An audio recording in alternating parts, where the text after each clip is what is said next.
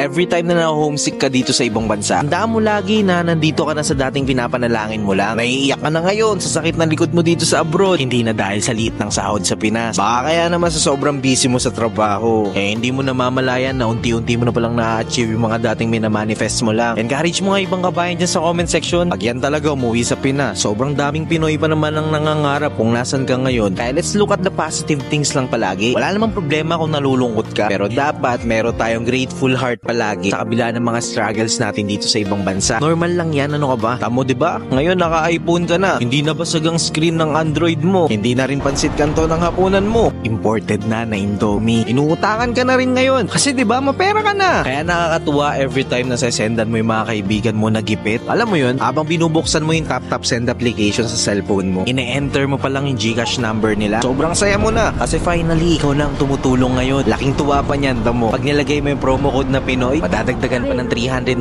pesos yung ipapadala mo. Mabilis na, high exchange rates, may bonus pa na 390 pesos dahil sa promo code na Pinoy. If titignan mo naman talaga kabayan, malayo-layo ka pa nga. Pero try mo lumingon sa likod, malulula ka at sobrang layo mo na. Basta wag ka lang mapapagod lumaban. Lakasan mo lang palagi ang loob mo para sa mga taong naniniwala sa'yo. Pag nadapa, umayo. Pag umiyak, edi punasan mo. Tapos laban ulit. Kaya mo yan. I-motivate lang natin yung isa't isa. Kaya i-share mo na tong video na to, kabayan. Hey!